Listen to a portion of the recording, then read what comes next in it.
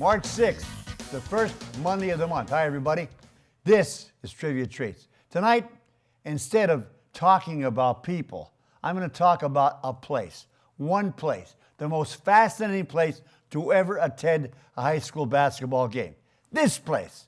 You would have to be at least in your mid-50s to know about this place, because the last game ever played in this place was just a bit over 44 years ago, February 13th, 1973. I had the pleasure to witness just 6 games in this place in my lifetime. Those visits, the 6 visits in this place, were absolutely exciting and memorable.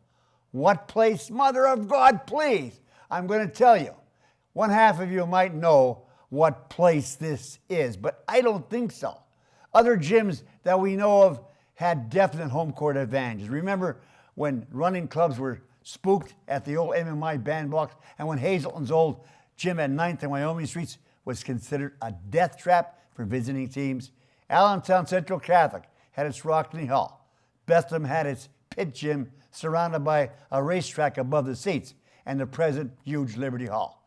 Allentown Deriff had its east side home, and let's not forget about the parquet floor at St. Joe's Gym. That was called the Zoo in Hazelton, the home of the Mountaineers. But still, without a doubt, the most intimidating building for a visiting team to enter after stepping off a bus was this place, the Little Palestra on Linden Street in Allentown. Watching a game at the Little Palestra was a unique, quaint, and fun experience. The court was undersized, measuring 78 feet long and 44 feet wide. The sidelines were so cramped that players' feet were actually in bounds as they sat on a bench, and so was both sides' entire first rows.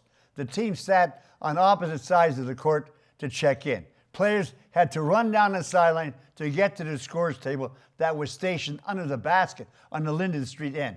Not at midcourt.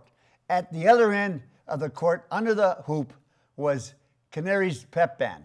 The steep upper level had 10 rows of seats that completely encircled the playing floor. The lower level had 15 rows with very little space between the out-of-bounds line and the first row.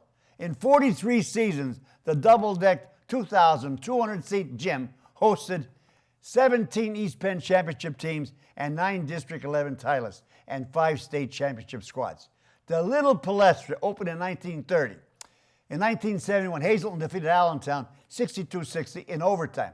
That was my final visit to the Little Palestra, 2 years before it closed. However, my most memorable game there came in 1960 when HHS beat the Canaries 58-51 to remain unbeaten at 12-0.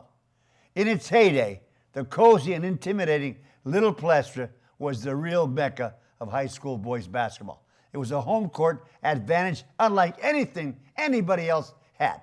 Till Friday, be a good sport, stay loose.